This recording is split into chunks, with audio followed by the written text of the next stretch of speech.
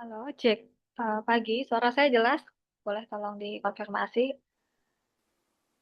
Jelas, Mbak. Oke, kita mulai sekarang ya. Baik, selamat pagi rekan-rekan media, Bapak Ibu, serta seluruh peserta yang udah bergabung di ruang Zoom hari ini. Selamat datang dalam webinar dan media briefing insentif EV ditunda lagi di tengah krisis energi. Menelusuri jejak advokasi industri dalam kebijakan otomotif Indonesia yang diselenggarakan oleh Satya Bumi. Nah, Bapak Ibu sekalian, Satya Bumi ini adalah organisasi kampanye lingkungan hidup di Jakarta yang bekerja pada 4 fokus area, yaitu hutan dan biodiversitas, transisi energi yang adil, bisnis dan hak asasi manusia, serta pelindungan pembela HAM lingkungan hidup. Bapak Ibu dan rekan-rekan semua, perkenalkan nama saya Karima Anissa. Saya di sini sebagai moderator yang akan memandu dan menemani jalannya diskusi kita selama 90 menit ke depan. Sebelum itu, saya juga akan menyampaikan sedikit paparan mengenai topik yang akan kita bahas hari ini. Karena sebenarnya saya juga tadi pagi, saya sebagai orang market baru lihat nih topik kali ini tuh cukup lagi banyak dibahas juga sebenarnya karena harga Brent oil atau minyak dunia tuh naik lagi melonjak hari ini sampai $100 US per barel. Nah, hari ini kita berkumpul untuk membedah sebuah paradoks kebijakan yang jadi sorotan tajam ya di ruang publik. Seperti yang ketahui, krisis energi global ini masih berlanjut dan krisis ini memberikan tekanan berat pada stabilitas energi nasional dan APBN atau anggaran pendapatan dan belanja negara, terutama dalam menanggung beban subsidi dalam bahan bakar fosil. Pemerintah kita itu kembali menunda pemberlakuan insentif kendaraan listrik pada asal Indonesia menghadapi tekanan baru akibat krisis energi global. Nah, dalam diskusi hari ini fokusnya adalah kita jadi mempertanyakan nih sebelumnya program yang semula disiapkan akan berjalan pada Juni bulan ini tahun 2000 bulan kemarin tahun 2026 dengan kuota 100.000 mobil listrik dan 100.000 sepeda motor listrik.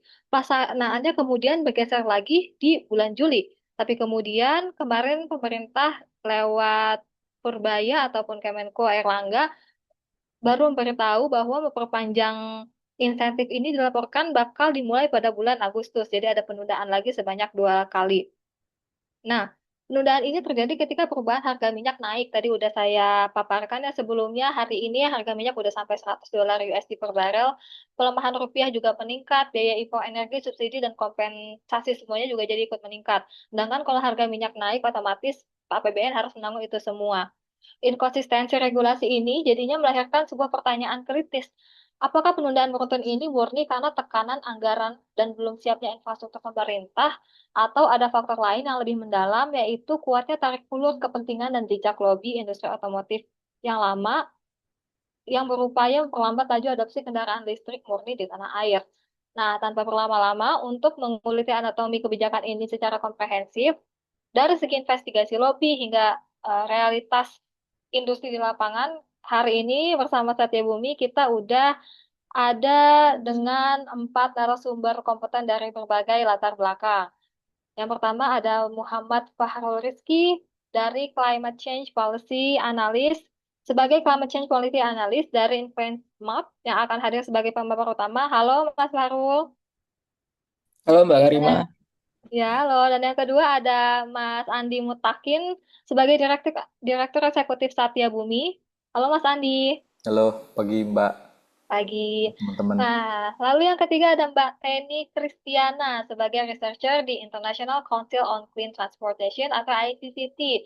Halo Mbak Teni, Halo, pagi. Nah, yang terakhir ada Mas Ahmad Rafiki sebagai Vice Chairman of Public Relations and Education dari Periklindo. Halo, selamat pagi, pagi Mas Rafiki. pagi, pagi, Mbak. Baik, ini semua pembicara udah siap. Kita harus benar-benar memperhatikan dan fokus ya bahas terkait kendaraan listrik, krisis energi, atau bahkan hasil riset yang akan disampaikan oleh Mas Rizky. Ini semua adalah diskusi yang sangat menarik untuk dibahas, apalagi di situasi geopolitik saat ini dan kondisi APBN yang sebenarnya lagi ngap-ngapan ya buat nambalin ini semua. Nah, tapi sebelum itu terkait alur acara, diskusi ini akan diawali dengan pemaparan data investigatif oleh pemaparan utama yaitu Mas Rizky, nanti dilanjut dengan tanggapan masing-masing panelis. Lalu nanti ada sesi Q&A di bagian akhir acara.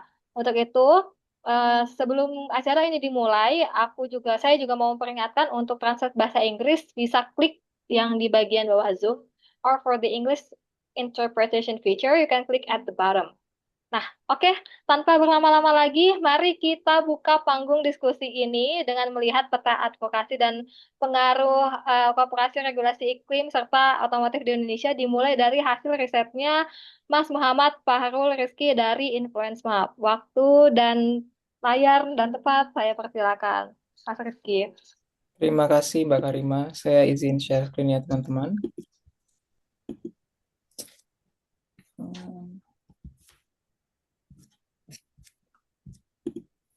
Apa sudah menunjukkan full screen?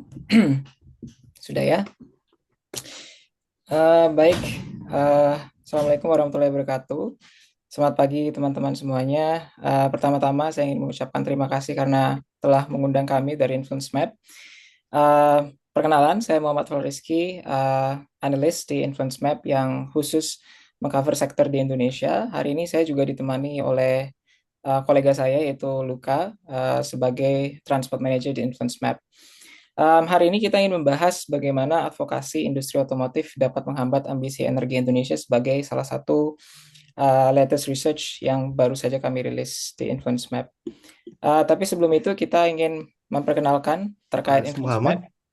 mohon maaf, slides-nya ini masih yang speaker view, boleh diubah ke full screen slide-nya. Oke. Speak.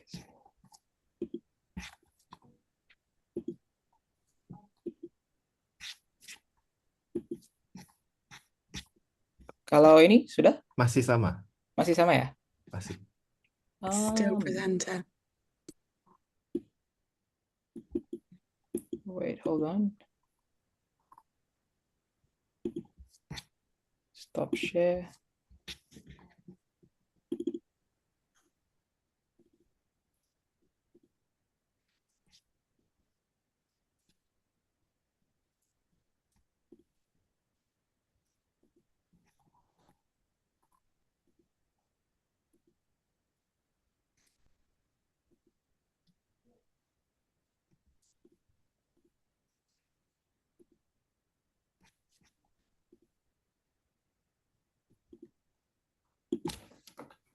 Atau mungkin bisa minta tolong dari teman-teman Setia Bumi.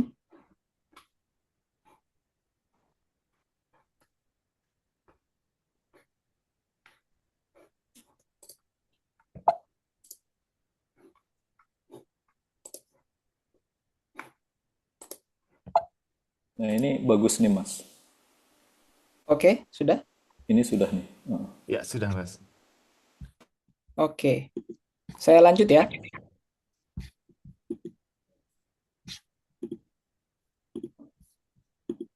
Ini sudah pindah slide belum? Belum. Oh, belum. Wait. Saya kebingungan juga ini. Ya, sudah sekarang. Oke. Saya half view aja kalau gitu.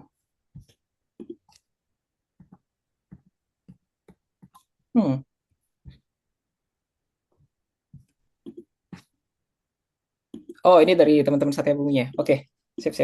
Terima kasih. Ya, jadi kami adalah Independent Climate Risk Think Tank yang dibangun di 2015. Kita utamanya berfokus untuk melacak. Sebentar, saya membuka presentasi yang salah. Mohon maaf. Ya, seharusnya ini. Baik, kami adalah lembaga independent think tank yang berfokus pada risiko iklim. Didirikan pada tahun 2015. Kami berfokus pada pelacakan dan penelitian keterlibatan perusahaan dengan kebijakan iklim, dan kami bukanlah organisasi advokasi. Kami memiliki dua mainstream research. Yang pertama adalah LobbyMap, di mana ini merupakan mainstream research kita yang utama. Kami memiliki data sekitar 1.000 perusahaan dan 300 asosiasi industri di seluruh dunia, dan kami perbarui setiap minggu. Lalu di satu sisi kami ada mainstream research di Finance Map, di mana kami melacak keterlibatan kebijakan iklim dari perusahaan di sektor finansial. Dataset kami telah dipergunakan banyak oleh beberapa multiple stakeholder, salah satunya adalah investor group seperti Climate Action 100+, lalu ada kelompok investor seperti IIGCC dan NGO, policy makers dan lawyers untuk penggunaan lawsuit. Next. Ya, slide ini menjelaskan mengenai regulasi mengapa pentingnya kebijakan iklim. Kalau disimpulkan dari IPCC di box sebelah kiri, kita bisa melihat bahwa IPCC menyatakan kebijakan iklim adalah salah satu lever yang penting untuk mengakselerasi energi transisi dan menghentikan peningkatan suhu di atas 2 derajat Celcius. Namun IPCC juga menyatakan bahwa ada beberapa barrier yang dihadapi dalam mengakselerasi kebijakan iklim tersebut, dan salah satu aktor utama dalam menghambat ini adalah industri-industri yang besar ataupun industri yang sudah mapan melalui advokasi mereka. Maka dari itu, inilah mengapa alasan kami melakukan penilaian terhadap aktivitas advokasi dalam proses dekarbonisasi sektor otomotif di Indonesia, yang nantinya saya akan jelaskan lebih lanjut terkait metodologi penelitian kami. Ini adalah sebuah ringkasan metodologi yang sudah kami persingkat. Kami mengambil panduan dari PBB tahun 2013 mengenai Responsible Corporate Engagement with Climate Policy. Lalu kami mengambil juga definisi climate policy dari UNFCCC. Dan dalam penilaian ini kami juga menggunakan 7 sumber data yang dapat diakses oleh publik, di mana ini meliputi dokumen keuangan, pemberitaan media, dokumen konsultasi publik, catatan pertemuan, hingga media sosial. Lalu seluruh bukti tersebut juga kemudian kami nilai menggunakan tolak ukur eksternal yang bersifat otoritatif yang kami ambil dari IPCC. Next slide.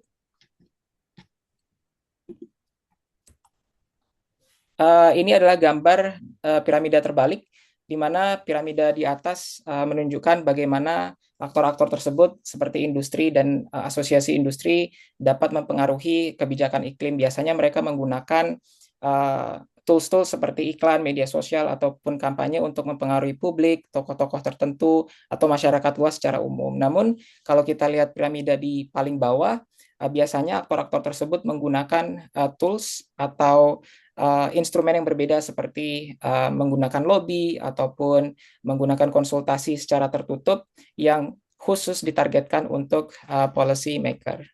Next slide. Seperti yang sudah saya bilang sebelumnya, berikut adalah data yang kami ambil, yang kami masukkan ke scoring matrix kami. Meskipun keterlibatan kebijakan iklim memang terjadi di balik pintu tertutup, seperti yang Anda lihat contohnya di bottom of the iceberg, berikut adalah data yang tidak bisa kami masukkan ke scoring matrix karena essentially kita tidak bisa mendapatkannya secara publik. Namun, data yang kita masukkan ke scoring matrix yang ada di top of the iceberg, kami cukup confident dan percaya diri bahwa data ini dapat merefleksikan bagaimana sebuah regulatory behavior dari sebuah perusahaan. Maka dari itu kami juga ingin meng-highlight seberapa pentingnya transparansi dari sebuah industri asosiasi maupun perusahaan dalam melakukan praktek advokasi mereka sehingga publik dapat mengetahui akuntabilitas dari sebuah perusahaan tersebut. Next slide. Berikut adalah benchmark, science-based benchmark, yaitu tolak ukur yang kami gunakan untuk menilai sebuah perusahaan. Penilaian kami biasanya menggunakan skala 5 poin, yaitu dari -2 hingga +2, yang menunjukkan sejauh mana suatu perusahaan mendukung atau menentang suatu kebijakan iklim. Sebagai contoh, kita berfokus pada transportasi darat. Di transportasi darat, berdasarkan dari IPCC menyatakan bahwa kendaraan BEV yang ditenagai oleh listrik yang bersih menawarkan dekarbonisasi potensial yang lebih besar. Namun dalam melakukan penilaian ini kami juga memahami bahwa setiap wilayah memiliki karakteristik yang berbeda termasuk di Indonesia. Oleh karena itu kami menerapkan tolak ukur atau benchmark yang dikembangkan berdasarkan kesimpulan IPCC untuk negara-negara berkembang seperti Indonesia. Tolak ukur ini atau benchmark ini juga memiliki nuansa yang berbeda daripada benchmark yang kita apply secara general seperti pada teknologi tertentu termasuk kendaraan hybrid. Next. Baik, sekarang kita masuk ke inti laporan kita. Dalam melakukan studi kami ada 4 cakupan laporan. Yang pertama adalah subjek automaker yang kita teliti, yaitu ada Toyota, Daihatsu, yaitu subsidiari Daihatsu, Honda, Suzuki, Isuzu, dan Mitsubishi. Mengapa automaker ini kami nilai? Karena essentially mereka memiliki sales share yang tinggi di Indonesia. Jika digabungkan semuanya, mereka memiliki atau memberikan sales share sebesar 74% pada tahun 2025. Yang kedua, kami juga telah mengamati banyak kebijakan yang berfokus pada kendaraan BEV, dan ini menjadi sebuah subjek advokasi industri yang sangat signifikan di Indonesia. Tidak hanya di Indonesia, namun di negara lain. Lalu yang ketiga, saat ini terjadi banyak diskusi atau debat antara ICE powered hybrid yang dapat menjadi salah satu solusi di tengah transisi energi, dan maka dari itu kami secara spesifik melihat bagaimana development atau perkembangan dari narasi ICE powered hybrid yang datangnya dari industri maupun perusahaan. Terakhir, yang keempat adalah kami menemukan bahwa asosiasi industri juga memegang peran yang penting, bahkan mereka memiliki penetrasi yang lebih tinggi dalam mempengaruhi atau advokasi kebijakan iklim di seluruh dunia, termasuk di Indonesia. Maka dari itu kami meneliti asosiasi industri seperti Gaikindo, yaitu asosiasi industri otomotif terbesar di Indonesia, lalu ada 2 asosiasi industri yang bergerak di sektor EV, yaitu Periklindo dan IML. Untuk menempatkan konteks penelitian kami, berikut mengapa penelitian ini sangat penting. Jadi pada tahun 2024 kita mengimpor sekitar 38-40% dari kebutuhan bahan bakar kita, dan transportasi darat menyumbang sekitar 90% dari konsumsi energi terakhir atau energi akhir dari sektor transportasi. Kita juga sangat rentan, atau Indonesia juga sangat rentan terhadap fluktuasi harga minyak akibat konflik geopolitik seperti yang kita lihat di tahun 2022 semenjak Rusia menginvasi Ukraina, dan konflik yang paling baru yaitu antara US dan Iran. Melihat situasi ini, pemimpin Indonesia, Presiden Prabowo Subianto juga mengumumkan untuk mengurangi ketergantungan pada impor minyak dan berencana untuk secara gradual menghentikan impor minyak ini dengan melalui penghapusan impor diesel pada tahun 2026. Semenjak konflik tersebut juga, pemerintah Indonesia juga sering menyatakan bahwa penting bagi Indonesia untuk fully electrified semua kendaraan, termasuk mobil, sepeda motor, dan traktor. Maka dari itu, ini adalah menjadi salah satu highlight dari mengapa penelitian ini atau kajian ini kami lakukan. Berikut adalah temuan utamanya yang nanti saya akan breakdown secara detail di later slide. Jadi antara tahun 2023 sampai 26, Toyota, Honda, Suzuki, dan kelompok industri otomotif Indonesia seperti Gaikindo mengadvokasi kebijakan insentif yang dapat menunda transisi Indonesia ke BEV dan melemahkan ambisi swasembada energi negara dan memperpanjang ketergantungan pada impor minyak. Lalu dengan diskusi peta jalan nasional kendaraan listrik Indonesia yang saat ini tengah didiskusikan dan pengumuman insentif yang nantinya akan diumumkan di bulan depan, Toyota, Honda, Suzuki, dan Gaikindo juga mendesak pemerintah untuk memperluas dukungan kebijakan ke kendaraan ICE powered hybrid dan ICE dengan mengandalkan 3 narasi utama yang kami rasa berpotensi tidak selaras dengan rekomendasi dari IPCC. Tentunya temuan ini juga memperkuat hasil penelitian kami yang telah kami keluarkan di beberapa waktu yang lalu, di mana kami mengidentifikasi advokasi yang terkoordinasi oleh industri otomotif untuk memperlambat elektrifikasi kendaraan di Indonesia, termasuk percakapan yang dilakukan secara langsung oleh JEMA atau Japanese Automobile Manufacturing Association, asosiasi industri otomotif terbesar di Jepang, di mana JEMA dan para menteri Indonesia bertemu, dan JEMA mendorong untuk pemerintah Indonesia mengaplikasikan pendekatan multi-pathway. Berikut adalah timeline yang menggambarkan bagaimana advokasi dari industri automaker yang saya sebutkan sebelumnya dan asosiasi industri antara tahun 2023 sampai 2026. Jadi pada tahun 2023 sampai 2024 setelah insentif BEV diperkenalkan, kami mengidentifikasi banyak contoh seperti Toyota, Gaikindo, Suzuki, dan Honda meminta agar kendaraan hybrid bertenaga ICE juga diberikan insentif. Dan setelah advokasi tersebut dipenuhi dan diumumkannya di tahun 2025, kami juga melacak adanya upaya advokasi yang memberikan insentif pada kendaraan lain, termasuk mobil dengan tipe LCGC maupun kendaraan yang pure ICE. Menariknya kami juga menemukan posisi yang berbanding terbalik dari industri yang saya sebutkan sebelumnya. Salah satunya adalah Periklindo dan IML, di mana kami melihat Periklindo menolak adanya insentif untuk kendaraan ICE powered hybrid beralasan karena ini dapat memperpanjang ketergantungan impor oil Indonesia dan dapat membahayakan energy security. Dan posisi yang serupa juga kami temukan oleh IML, di mana mereka beranggapan bahwa adopsi dari BEV yang cepat merupakan salah satu jalan untuk menjaga energy security Indonesia dan mencapai energy self-sufficiency Indonesia, serta mengurangi impor dari minyak itu sendiri. Next slide. Berikut adalah narasi yang sudah saya sebutkan. Ada 3 narasi utama yang dikeluarkan oleh industri otomotif dan asosiasi industri di khusus kebijakan insentif ini. Ada 3. Yang pertama adalah pertumbuhan pasar. Yang kedua adalah ICE powered hybrid lebih sesuai untuk Indonesia. Dan yang terakhir adalah pendekatan multi pathway. Mohon maaf sebelumnya saya tidak bisa memberikan secara detail satu persatu karena keterbatasan waktu. Namun saya ingin meng-highlight salah satu yang paling penting, yaitu adalah pendekatan multi pathway. Jadi pendekatan multi pathway adalah strategi terkoordinasi yang diterapkan di berbagai pasar oleh industri otomotif, dan narasi ini mengacu pada narasi teknologi netral yang kami identifikasi secara global dan sering digunakan untuk menentang kebijakan spesifik teknologi. Di Indonesia sendiri, pendekatan multi pathway juga banyak digunakan oleh automaker yang kami nilai dan posisi mereka juga selaras dengan Gaikindo.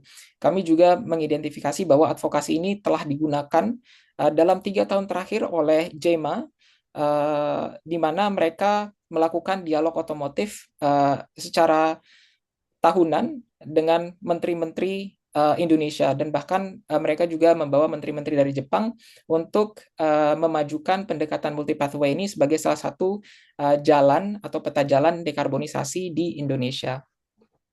Selain daripada itu, di studi kami juga kami menemukan bahwa di market-market lainnya seperti di Brazil dan Kolombia memiliki pattern yang sama, di mana Anfavea, Asosiasi Industri Otomotif, dan Andemos di Brazil dan Kolombia juga melakukan hal yang sama. Di box sebelah kanan merupakan kesimpulan IPCC terkait bagaimana ICE powered hybrid dan apa tantangannya. Namun saya tidak bisa pergi lebih detail mengenai hal ini karena keterbatasan waktu, tapi saya bisa menjelaskan atau elaborasi nanti di Q&A section. Kesimpulan dari IPCC dan penggunaan narasi ini juga secara global dan terkoordinasi yang seringkali dipadukan dengan advokasi untuk melemahkan kebijakan. Serta hal ini menjadi sebuah pertanyaan, integritas narasi ini menunjukkan bahwa narasi ini sebetulnya digunakan taktik untuk menunda, mengurangi, dan melemahkan transisi BEV, bukan sebagai sebuah pure teknologi argument. Sebagai kesimpulan, advokasi industri merupakan faktor kunci yang membentuk kebijakan dekarbonisasi di seluruh dunia, termasuk di Indonesia.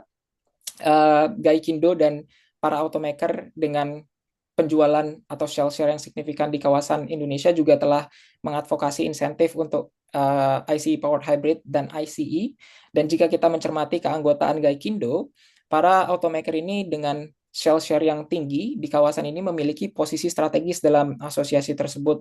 Salah satu contohnya yaitu Toyota. Di masa kepengurusan Gaikindo sebelumnya, Toyota memiliki posisi sebagai co-chairman 6 dan menempati posisi working group di bidang teknologi dan kendaraan listrik.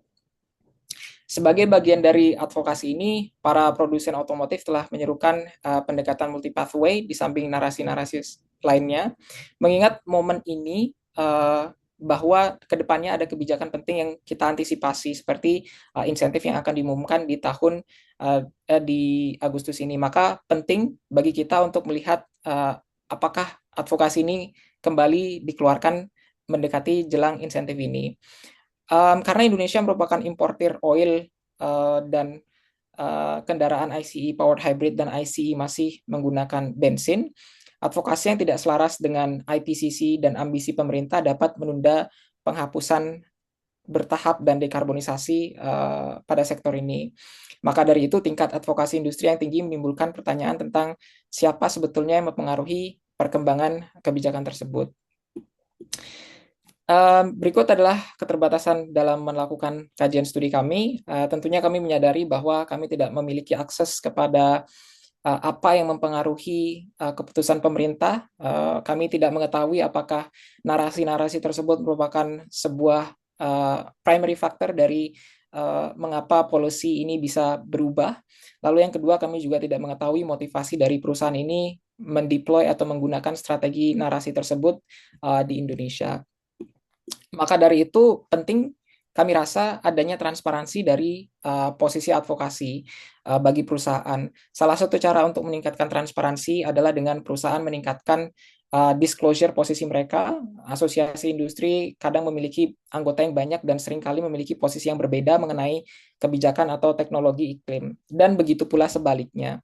Oleh karena itu, penting bagi perusahaan untuk menerbitkan atau mendisclosurekan tinjauan terkait keterlibatan kebijakan iklim mereka untuk memberi publik transparansi tentang posisi kebijakan, nuansa posisi, posisi asosiasi, dan status penyelarasan mereka dengan asosiasi tersebut. Yang terakhir, berikut adalah hasil penilaian perusahaan berdasarkan scoring matrix kami. Di sebelah kiri table adalah industri asosiasi di Indonesia dan di sebelah kanan adalah automaker dari subjek yang kami teliti. Terima kasih, itu saja dari kami. Kami lanjutkan ke moderator. Baik, terima kasih banyak atas pemaparannya, Mas Rizky. Di sini juga saya jadi menemukan banyak data baru dari hasil riset bersama Influence ya. Salah satunya tadi soal akses yang masih terbatas dan bagaimana posisi perusahaan dalam menyikapi advokasi dalam menanggapi iklim ini. Terus tadi juga saya pun setuju banget Indonesia masih sangat-sangat bergantung pada impor. 40% kita itu bergantung pada impor minyak ya. Makanya pada pemerintah pun dari kemarin sebenarnya udah berusaha untuk mengurangi ketergantungan impor minyak kita. Nah, ini kan tadi udah timbul pertanyaan penting nih, kalau regulasi kita terus melambat, akses yang terbatas, terus lobby-lobby yang nggak transparan, itu bikin kita bertanya-tanya ya, ke depannya bakal seperti apa kebijakan terkait kendaraan elektrik ini.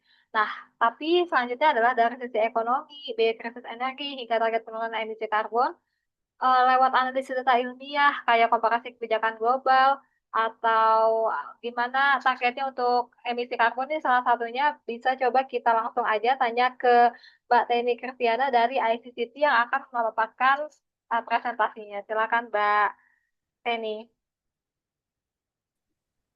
Halo, terima kasih atas kesempatannya. Boleh minta tolong untuk share screen?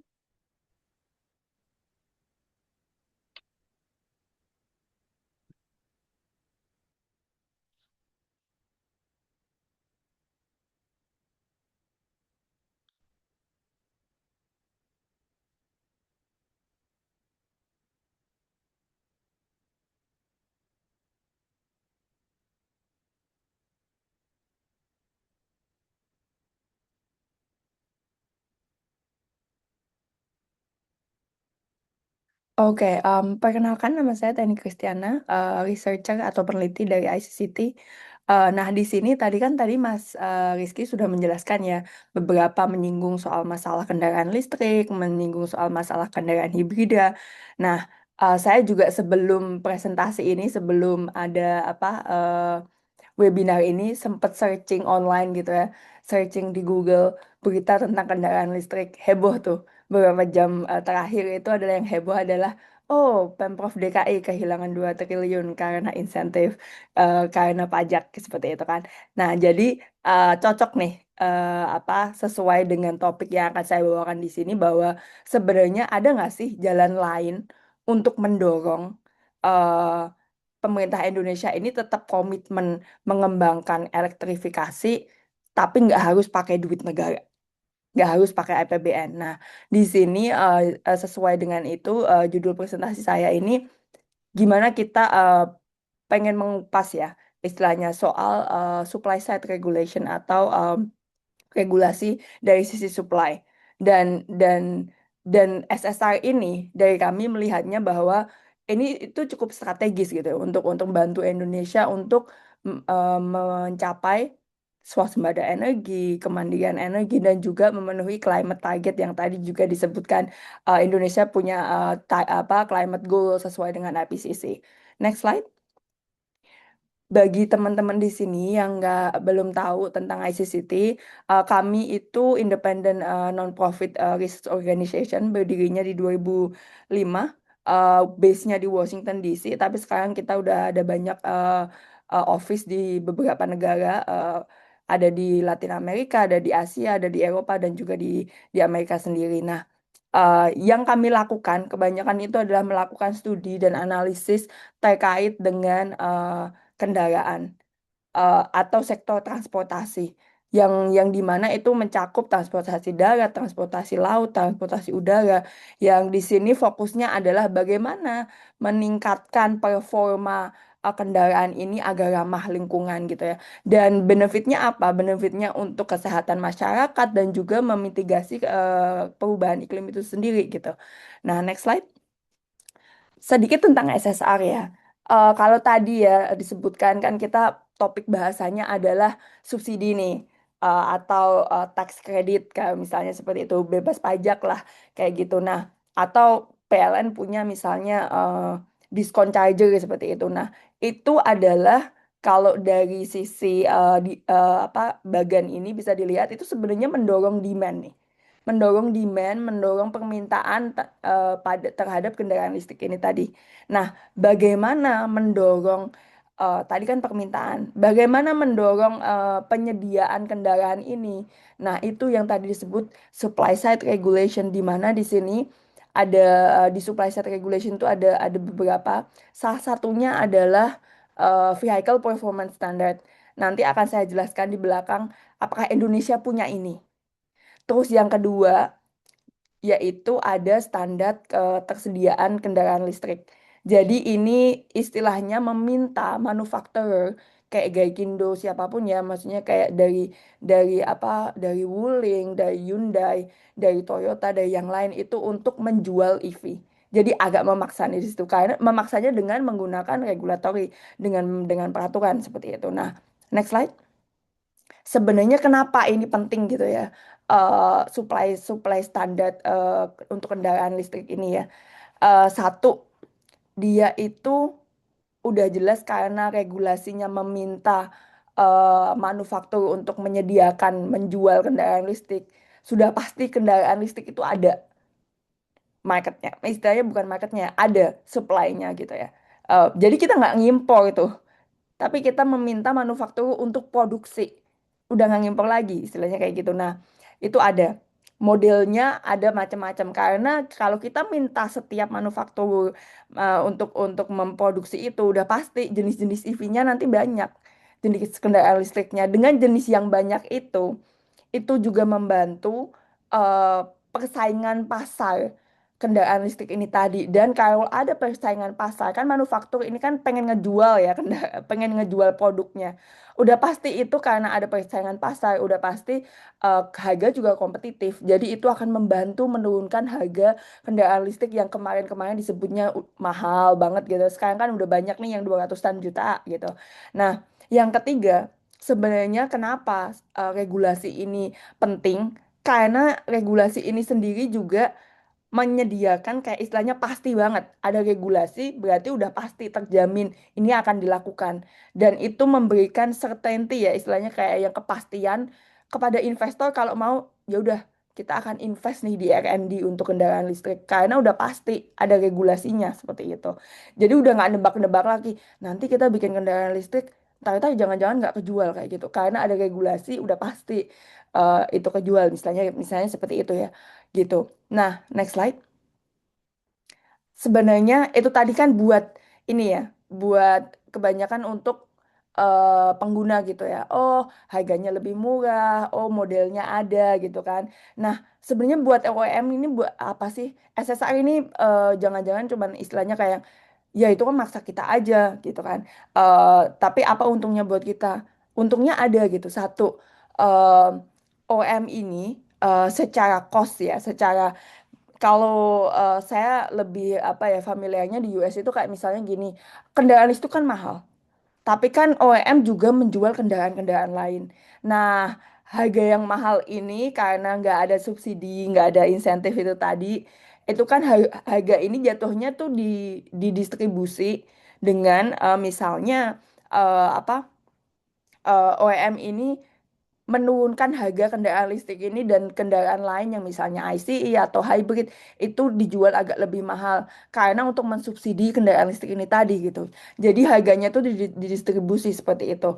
Nah, yang kedua sama yang tadi model-model selection itu kan sebenarnya kalau buat consumer enak ya istilahnya oh ada pilihannya banyak.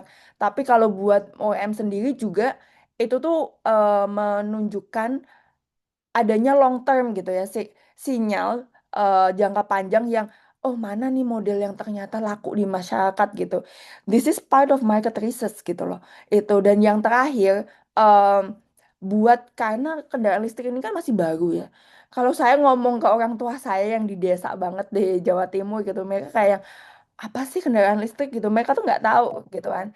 Kayak gitu. Nah, itu di sini kayak pas tepatnya di mana OEM ini bisa istilahnya campaign iklan all of this EV gitu ya. Jadi kayak nanti misalnya fleet atau operator atau Indonesian people in general gitu. Mereka mulai mengerti, mulai paham. Oh, this is the new technology gitu kan. Oh, ini ternyata dia lebih ramah lingkungan dan pengenalan tentang kendaraan listrik ini semakin luas gitu. Gitu itu. Nah, next slide. Ini contoh negara-negara mana yang pakai SSR. Nah, tadi kan saya sebutin SSR yang saya jelaskan di awal itu kan tentang penyediaan kendaraan listrik ya. Yang pertama, itu mana yang sudah melakukan itu China. Satu, Tiongkok. Nah, yang kedua, kalau di US nggak semua, nggak nationally in the US, but like California itu punya Advanced Clean Truck yang dia juga mewajibkan untuk penjualan truk listrik gitu. Nah, tipe lain selain selain apa ya memandatkan untuk penjualan kendaraan listrik ini ada SSR lain yang bentuknya adalah misalnya pengurangan emisi atau mengimprove istilahnya apa ya meningkatkan efisiensi mesin kendaraan gitu. Ini dia lebih disebutnya teknologi neutral. Tadi sempat disebut oleh Mas Rifki sebentar gitu ya, teknologi neutral. Jadi di sini kayak yang dilakukan EU atau US dengan GSG standar dan juga sekarang yang sedang mengembangkan itu India dan Chile misalnya, itu tuh semua kendaraan boleh nih dijual gitu, nggak harus EV aja gitu. ICE boleh, hybrid boleh, hydrogen boleh, tapi harus memenuhi standar ada standarnya gitu ya. Ada sertifikatnya seperti itu dan kalau ditanya ribet nggak Mbak? Ribet sih karena itu it take a year to develop that gitu kan ya. Sementara yang EV sales mandate ini ya misalnya itu policy-nya bisa di-develop cepat tapi memang harus memberikan ruang untuk market untuk berkembang gitu ya. Nggak misalnya tiba-tiba tahun depan gitu OEM harus jual 30%. Nggak kayak gitu. Tahun depan OEM jual 1%. Terus nanti tahun depannya lagi naik kayak gitu. Jadi kayak yang pelan-pelan gitu. Maturkan market ini tadi gitu. Next slide. Nah, contoh yang tadi penjualan EV ini yang tadi kan tadi ada ya di California bisa dilihat nih 2021 ke 2024. naik penjualannya seperti itu. Next slide. Nah, dia nggak cuma naikin penjualan kendaraan listrik, tapi dia juga ada beberapa manfaat dan salah satunya adalah misalnya manfaat kesehatan dan manfaat climate. Mungkin nanti bisa dibaca sendiri. Next slide. Kalau untuk manfaat kesehatan, kita baru aja rilis studi ya globally gitu ya, tentang health benefit untuk zero emission transport gini ya. Karena kita tahu di sini bahwa polusi udara dari kendaraan darat itu sangat besar dan itu menyebabkan ada beberapa kayak asma, kayak premature death kayak gitu. Nah, di sini studi ini kan global tapi juga memasukkan angka Indonesia. Kalau teman-teman bisa lihat di situ Indonesia agak-agak gelap kan ya di situ. Nah, next month gitu ya, di awal Agustus ICT akan ngadain media briefing sama kayak gini untuk diskusi lebih lebih lebih lanjut tentang health benefit ini. Mungkin saya nggak akan spoiler, nggak akan cerita banyak di sini. Silahkan hadir nanti, silahkan ditunggu invitation-nya. Next slide. Kan kita tadi tahu ya, oke manfaatnya untuk kesehatan, untuk emisi dan, nah di Indonesia ini gimana nih perkembangannya gitu? Apa yang kita punya sekarang? SSR mana yang kita punya? Next slide. Kalau yang mandat sales kendaraan listrik tadi itu belum ada, tapi sekarang Indonesia itu sedang mengembangkan yang namanya fuel economy standard untuk kendaraan berat. Sedang sedang dipersiapkan oleh Kementerian ESDM, slow tapi akan ke sana gitu ya. Fuel economy standard atau standar bahan bakar yang tadi ya standar istilahnya standar performa itu juga ya. Ini tuh sebenarnya dia as simple as gini konsumsi bahan bakar dalam satu kendaraan itu diukur gitu. Nah, tapi standar ini hanya nanti kalau kita dilakukan dimasukkan dalam peraturan ya. Peraturannya itu hanya teraplikasi untuk kendaraan yang baru yang dijual. Jadi kendaraan-kendaraan lama itu tetap akan mengkonsumsi BBM yang lebih banyak. Tujuan utamanya ini kan dia sebenarnya mau kendaraan baru ini mempunyai fuel efisiensi gitu. Jadi nggak makan bahan bakar lebih banyak. Lagi-lagi ini kan sebenarnya bantu ya untuk mengurangi konsumsi impor minyak kita yang tinggi itu gitu. Next slide. Ada beberapa tipe caranya melakukan standar bahan bakar ini. Saya nggak akan menjelaskan ini lebih lanjut. Kalau nanti ada pertanyaan, silahkan. Next slide. Nah, gimana kita connect, misalnya hubungkan gitu ya tadi. Oh, kendaraan listrik tuh gini. Standar bahan bakar itu seperti ini. Nah, kalau kita eh, apa istilahnya apa ya, sambungkan ke gimana sih dua standar itu bisa membantu Indonesia untuk memenuhi energy security dan goal net zero emission goal 2060 gitu ya. Next slide. Kalau dari sisi emisi, kita ngomongin net zero, kita ngomongin iklim dulu. Nah, kalau dari sisi emisi, kita pernah melakukan studi dan nanti akan semoga segera akan ini ya diupdate gitu ya. Ini studi kita di 2023 gitu. Tapi masih relevan karena studi kita juga ngelihat di 2030 gitu. Itu di situ mungkin ini terlalu kecil ya, tapi bisa dilihat perbandingan emisi yang keluarkan dari kendaraan berbahan bakar bensin, kendaraan hibrida, kendaraan plug-in hybrid hingga kendaraan listrik gitu ya. Bisa dilihat di situ PHEV sama BEV yang paling paling paling kecil nih. Fuel cell juga kecil dan berita terbaru kan juga ada tuh tentang kendaraan hidrogen gitu ya. Next slide. Tapi tadi kan disebutkan ada sempat disebutkan plug-in hybrid gitu ya, hybrid gitu disebutin. Hybrid nih perlu dapat insentif nggak sih? Hybrid nih oke nggak sih secara secara apa emisi tadi dari bagian sebelumnya kan dia memang agak bersaing ya, maksudnya kayak istilahnya juga rendah. Tapi ICT ngelakuin studi gitu ya, yang istilahnya apa ya plug-in hybrid ini ternyata di data bener-bener emisi yang apa ya, yang real world gitu ya, bukan yang ditulis, istilahnya yang dilaporkan gitu ke pemerintah, itu ternyata lebih tinggi loh. Kenapa lebih tinggi? Soalnya gini, harusnya kan dia operasi pakai dua tuh. Next slide bisa disebut Nah, ini energi flow-nya. Plug-in hybrid misalnya yang ada di nomor dua tuh. Dia kan rely pada BBM dan juga rely pada charging. Kebanyakan prakteknya ya, harusnya prakteknya tuh kan ya udah 50-50 gitu. Kalau buat di dalam kota charging gitu ya, harus banyak yang di charging. Nanti kalau perjalanan luar kota yang susah nyari charging pakai BBM gitu. Tapi enggak, prakteknya itu even di US di sini banyak sekali yang beli beli plug-in hybrid tapi dia males ngecas atau nggak ada charging di rumahnya. Jadi at the end of the day dia akan ngisi gasolin aja gitu, tetap tetap akan ngisi gasolin gitu. Padahal mobilnya itu dicapnya plug-in hybrid gitu. Makanya apa di real world datanya dia itu secara emisi lebih gede daripada yang dilaporin karena harapannya kan ya dia harusnya rely on charging dong, tapi kan kita nggak bisa mempolisi setiap orang, kalian harus ngecas ya biar ramah lingkungan kayak gitu. Jadi kita tahu, nah kalau secara energi sendiri gitu, kita sendiri lihat di sini, dia rely di listrik, dia rely di BBM, ya kan tujuan Indonesia tuh kan mengurangi BBM ya. Kalau tetap masih tergantung sama BBM, so where is the solution, istilahnya kayak gitu kan. Next slide.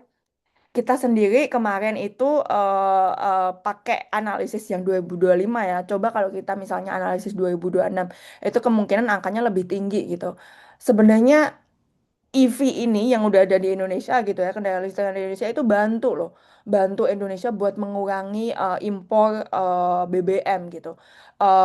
Rekan saya di sini nulis blog bisa diakses nanti, kalau PPT-nya di-share itu bener-bener ini apa membantu mengurangin impor fuels itu tadi gitu.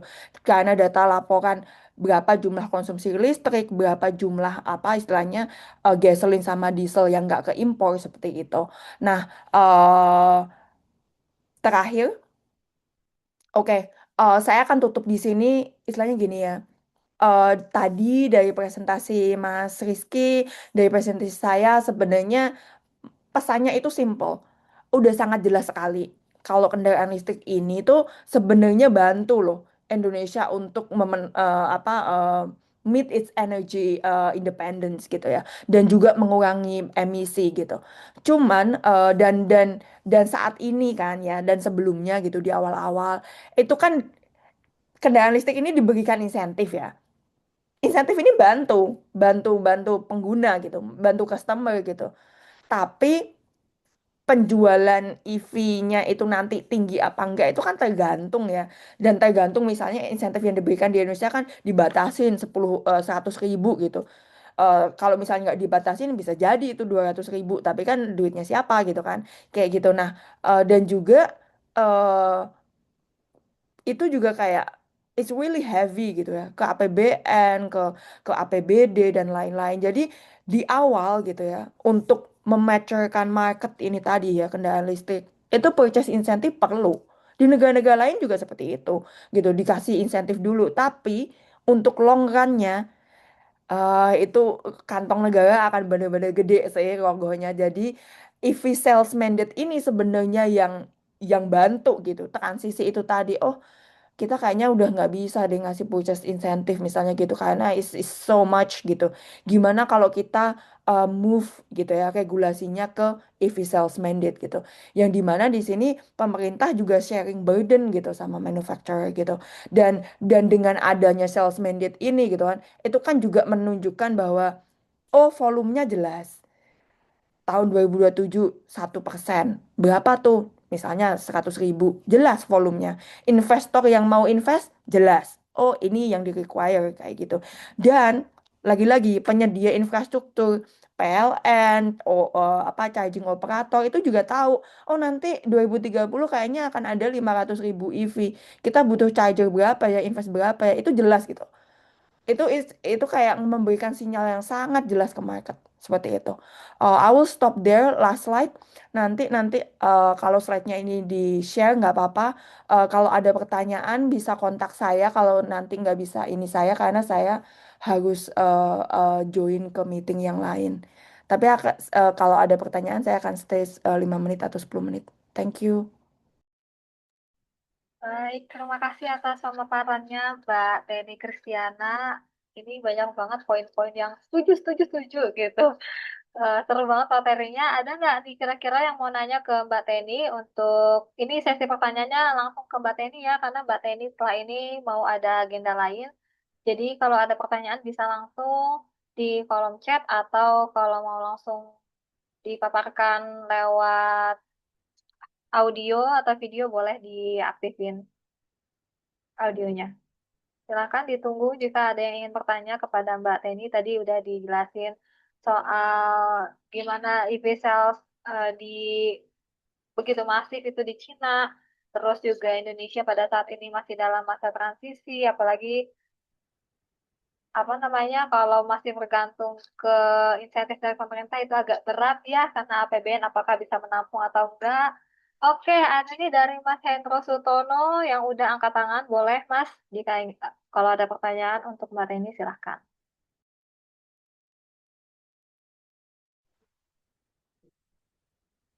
Iya, terima kasih. Apakah sudah terdengar?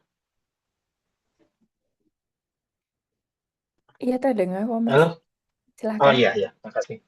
Iya, saya ada beberapa catatan sih. Mungkin dari sesi yang sebelumnya juga saya ada beberapa catatan. Eh, dari sebelumnya Mas Rizky ya, saya kalau boleh ini dulu. Advokasi dari apa namanya rekan-rekan di industri kendaraan bermotor, terutama yang dari Jepang itu juga termasuk advokasi tentang tenaga kerja, potensi kehilangan tenaga kerja dan lapangan kerja dan potensi kehilangan bisnis berjalan gitu. Dalam artian juga bahwa sektor otomotif saat ini Jepang itu menyerap sekitar 1 juta tenaga kerja kalau saya nggak salah. Jadi kalau misalnya semua dipindah ke BEV, ini akan terjadi kehilangan lapangan kerja karena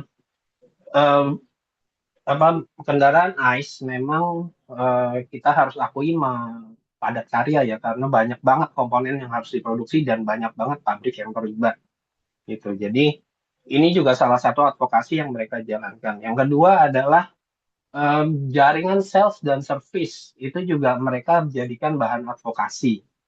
Jadi dalam artian bahwa saat ini untuk jaringan spare part dan service itu memang untuk motor ICE itu sangat tergantung dengan jaringan service dan spare part. Sementara kalau di BEV itu service dan spare part memang sangat minim gitu.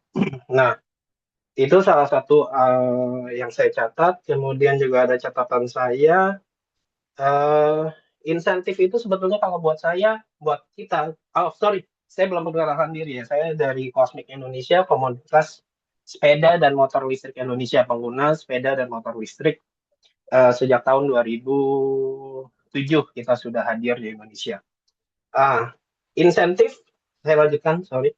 Insentif itu sebetulnya adalah kalau kita melihatnya insentif itu adalah pengalihan dari APBN gitu. Jadi dalam artian begini, ketika saya menggunakan kendaraan listrik dalam hal ini karena komunitas saya adalah motor listrik, maka sesudah saya menggunakan motor listrik, maka saya tidak akan menggunakan subsidi BBM. Tetapi sesungguhnya saya sebagai warga negara harusnya saya punya hak untuk menggunakan hak subsidi BBM itu. Tapi saya kan memilih untuk pakai kendaraan listrik nih, otomatis saya melepas. Nah, logikanya saya bisa nggak minta itu ke depan untuk dijadikan insentif? Sebetulnya segampang itu aja. Gitu loh. Katakanlah saya pakai motor listrik, asumsi baterai itu 3-4 tahun. Oke, kita tarik nih, berarti 3-4 tahun ke depan saya akan nyaman dengan motor listrik saya dan saya tidak akan mengkonsumsi BBM. Katakanlah sehari perjalanan saya membutuhkan 2 liter Pertalite. Pertalite itu subsidinya berapa? Gitu. Pertalite itu subsidinya sekitar 2.500 atau 2.700, saya lupa. Sekitar segitu. Maka kira-kira sehari adalah Rp5.000. Rp5.000 dikali 4 tahun. Nah, itu yang kemudian ditarik menjadi insentif. Gitu. Jadi otomatis walaupun itu menjadi APBN sekarang, beban APBN sekarang, tetapi APBN ke depannya akan menjadi lebih ringan. Gitu. Jadi sebetulnya prinsip insentif itu adalah pengalihan dari subsidi BBM. Gitu. Kalau menurut catatan kami. Gitu. Nah, catatan kami selanjutnya adalah saya setuju dengan bahwa adanya penggunaan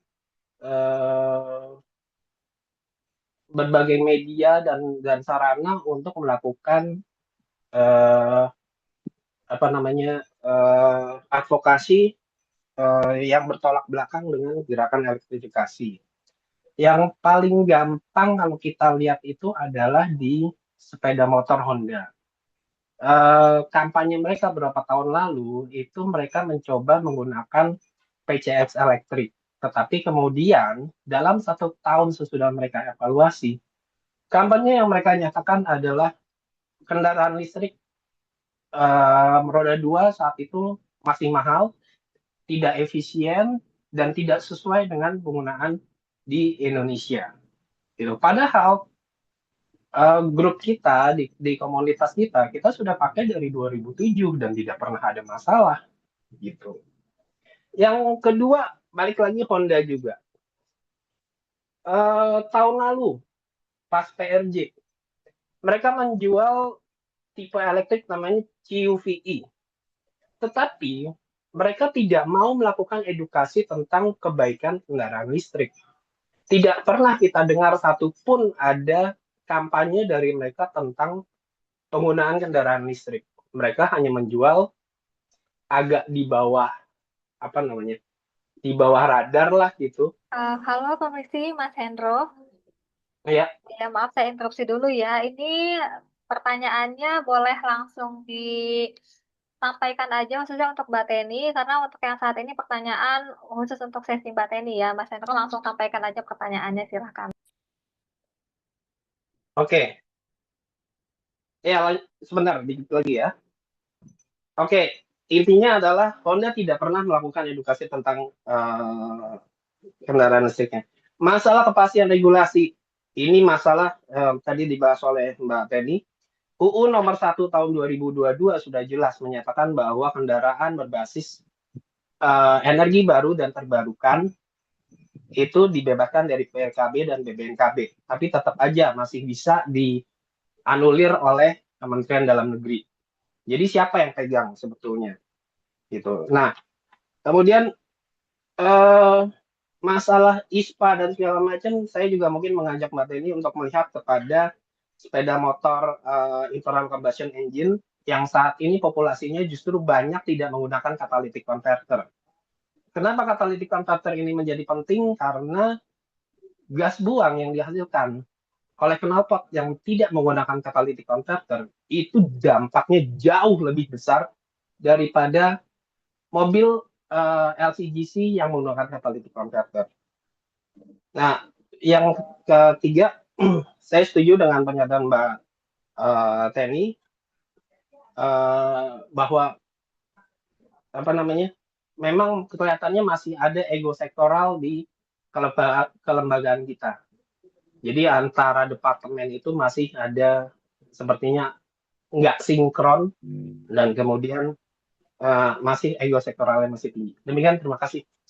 Oke, baik, terima kasih Mas Hendro. Tadi ada 3 poin sih yang saya sorotin ya di sini, soal regulasi, terus ISPA tadi sempat di-mention, dan yang terakhir soal apa Mas yang ketiga, Mas Hendro? Oh, cukup dulu aja langsung kalau gitu. ya. Silakan Mas, Mbak Teni. Oke, iya. Mas Hendro, terima kasih atas apa ya istilahnya komentarnya. Memang setuju ya untuk pengalihan subsidi BBM ini sebenarnya kan juga kalau didiskusikan soal masalah sekarang yang juga kemarin rame soal APBD juga kehilangan pendapatan dari pajak karena pendapatan kendaraan listrik dari pajak kendaraan listriknya kosong gitu ya kayak Jakarta, kayak Jawa Barat dan lain-lain gitu ya. Itu sebenarnya kalau dilihat sebenarnya juga kayak yang harusnya uang yang di save sekarang yang nggak istilahnya nggak mensubsidi BBM itu juga kalau bisa didistribusikan untuk daerah juga gitu istilahnya yang juga apa ya eh, membantu memberikan ekosistem untuk kendaraan listrik ini berkembang gitu kan.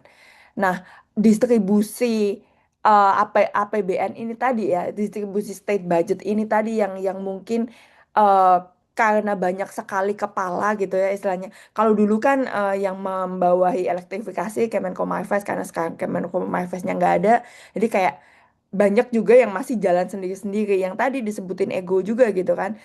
Yang masalah oh harusnya itu pajaknya masih nol gitu di UU tapi dianulir oleh Kemendagri karena Kemendagri ada apa, peraturan sendiri gitu sementara mungkin nanti kementerian yang lain isu peraturan sendiri juga gitu jadi itu yang memang masih jadi PR ya dari pemerintah kita.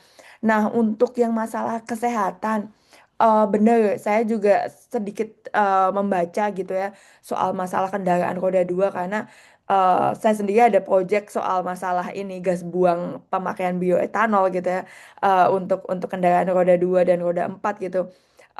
Pada dasarnya tidak hanya mesinnya aja yang istilahnya diperbaiki gitu ya istilahnya dengan pakai catalytic converter dengan mesin ICE yang lebih canggih lagi gitu ya yang tadi saya sebutkan ada apa fuel economy standard itu tadi ya yang dia jadiin lebih apa ada CO2 standar juga gitu.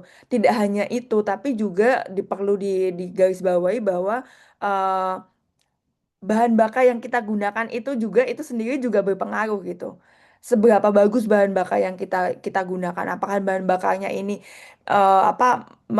istilahnya apa ya mengeluarkan emisi yang berbeda kayak misalnya biodiesel dia tuh HC sama CO-nya turun dari gas buangnya, tapi NOx-nya naik. NOx itu juga nggak bagus untuk kesehatan kayak gitu. Gitu sih itu tanggapan dari saya Mbak. Kalau boleh izin, saya off. Terima kasih. Iya, baik. Terima kasih Mbak Teni atas tanggapan dan jawabannya. Em, Silakan Mbak Teni kalau izin off dan ada agenda lain. Terima kasih banyak Mbak Teni sudah hadir bersama Setia Bumi bahas soal regulasi, ekonomi, APBN di sesi kali ini. Terima kasih Mbak Teni, lancar selalu ya urusannya. Oke, mohon izin. Iya, baik. Tadi kan kita udah dengar dari pemaparan Mbak Teni melalui kebijakan yang sedang masih adaptasi di Indonesia. Salah satunya tadi di salah satu slide ada yang menarik banget, kayak Indonesia What We Have Now. Nah, di Indonesia tahap sekarang ini masih dalam kondisi bioekonomi standar yang dimana ini tuh masih digodok ya sama Kementerian SDM. Adapun juga tadi sempat disinggung juga soal motor hybrid yang dimana saya juga sebenarnya ada sih salah satu motor yang saya punya di rumah itu hybrid.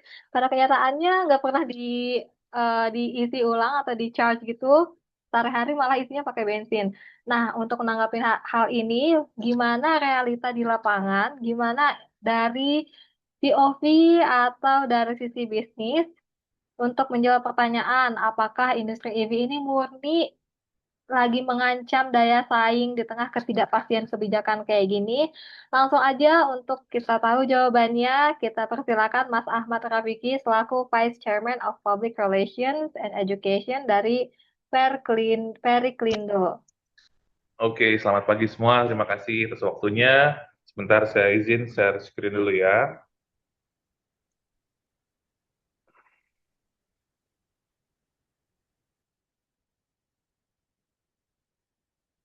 Sudah terlihat? Sudah, Mas. Udah ya? Oke, sebentar. Sorry.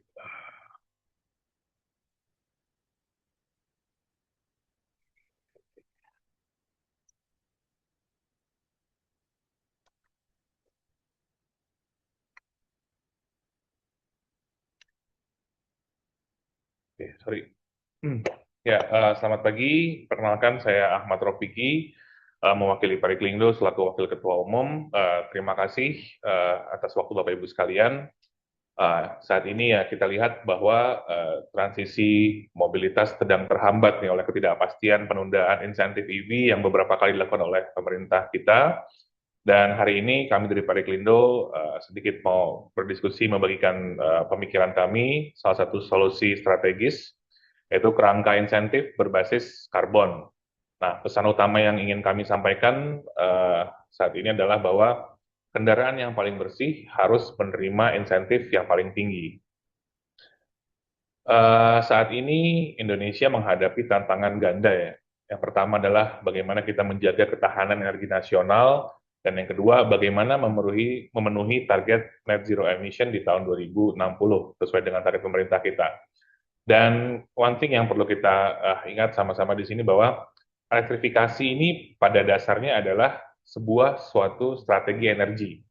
Jadi sebuah langkah bertahap bagaimana untuk mengalihkan energi transportasi ini, mobilitas dari bahan bakar minyak ke listrik.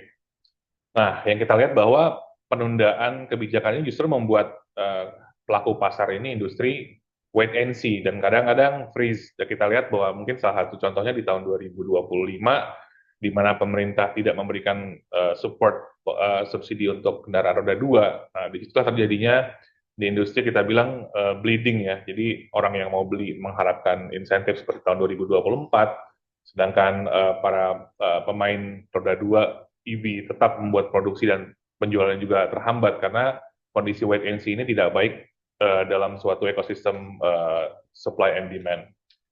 Karena konsumen juga membutuhkan kepastian harga dan juga produsen juga menunggu kepastian dari demand side.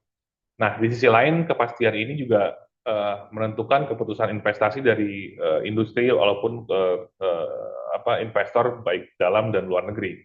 Pembangunan pabrik, ekosistem baterai, dan juga infrastruktur charging, dan juga supply chain ini membutuhkan waktu yang tidak sebentar dan investasinya juga tidak kecil. Jadi yang dibutuhkan dari sisi investor atau industri adalah kebutuhan target yang jauh lebih panjang ya, long run, yang tidak hanya terpaku dalam satu anggaran tertentu. Jadi seperti anggaran APBN pemerintah selama 5 tahun ke depan, karena target yang terus berubah ini hanya akan menghambat planning dari sisi industri. Dan sebaliknya, apabila jadwal yang clear dan juga insentif yang jelas akan memperbesar skala produksi dan juga skala investasi yang masuk di industri ini. Dan bagaimana sih kita bisa terbukalah peluang untuk semua teknologi tadi. Nah, kami dari Pariklindo mungkin kita bilang bisa agak sedikit melunak karena demi kebaikan bersama lah, seperti itu kurang lebihnya. Nah, the big question adalah, haruskah insentif hanya untuk kendaraan listrik murni atau BEV, atau karena kita lihat memang tadi sudah disampaikan juga oleh pemaparan sebelumnya, inovasi otomotif sangat luas. Ada plug-in hybrid, ada hybrid konvensional, hydrogen, dan juga biofuel bahkan. Dan intinya semua ini mampu menurunkan emisi gas buang, namun dengan tingkat yang berbeda-beda. Sehingga kami dari asosiasi melihat bahwa kebijakan yang adil seharusnya tidak hanya memfavoritkan satu jenis teknologi, tapi yang kita nilai adalah seberapa besar teknologi tersebut mampu menurunkan emisi karbon atau gas buang. Dan inilah posisi kami dari Pariklindo saat ini, kita mendorong netralitas teknologi. Jadi mungkin pertanyaannya adalah bukan lagi teknologinya apa nih mobil yang dijual di Indonesia, tapi yang pertanyaan adalah seberapa rendah emisi gas buang yang dihasilkan oleh kendaraan tersebut. Jadi kita mau membuat suatu formulasi yang adil, yang berarti gini, emisi yang tinggi berarti insentifnya akan rendah atau bahkan nol, dia nggak mendapatkan subsidinya. Sedangkan emisi yang rendah berarti insentifnya sangat tinggi. Dan ini juga memastikan bahwa dana publik yang digunakan dapat efisien, dan juga kami juga mengharapkan adanya kompetisi antara pabrikan ini menjadi lebih sehat. Jadi berlomba-lomba lebih ke memberikan teknologi yang ramah lingkungan. Oke. Dan yang kita lihat bahwa harus ingat bahwa tujuan pemerintah juga bukan sekedar berat ke satu sisi teknologi tertentu, Jadi tujuannya kan di 2060 ini adalah net zero emission. Bagaimana kita menekan karbon atau gas buang serendah mungkin sehingga udara yang kita dapat lebih bersih dan juga dapat meningkatkan kualitas hidup masyarakat yang lebih baik. Dan ini juga mungkin akan berpengaruh, tadi sudah sempat disinggung juga, kalau kami melihat ini dari sisi subsidi pemerintah yang sangat tinggi untuk kesehatan, di BPJS Kesehatan mungkin akan bisa menurun drastis dengan perbaikan environment, perbaikan lingkungan. Mungkin harusnya subsidi BPJS Kesehatan untuk ISPA tinggi, ini bisa menurun dengan adanya kualitas udara yang lebih baik. Jadi intinya semua kendaraan yang rendah emisi, apapun penggeraknya atau modelnya, tujuannya sama satu, yaitu adalah mempercepat Indonesia menuju target net zero emission. Nah, ini mungkin kita lihat seperti apa sih penerapannya gitu. Kendaraan tanpa emisi itu di BEV, bahkan di kami kita lihat bahwa kita lihat dari hulunya, bahkan dari proses pembentukan listriknya ini kita udah hitung. Jadi ketika BEV tapi listriknya menggunakan energi baru terbarukan seperti dari solar panel atau windmill, nah ini bisa mendapatkan insentif yang maksimal dan terusnya tuh menurun. Kalau dia pakai BEV tapi listriknya masih pakai batu bara, berkurang lagi insentifnya. Dan untuk yang PHEV, HEV proporsional lah sesuai dengan emisinya nanti.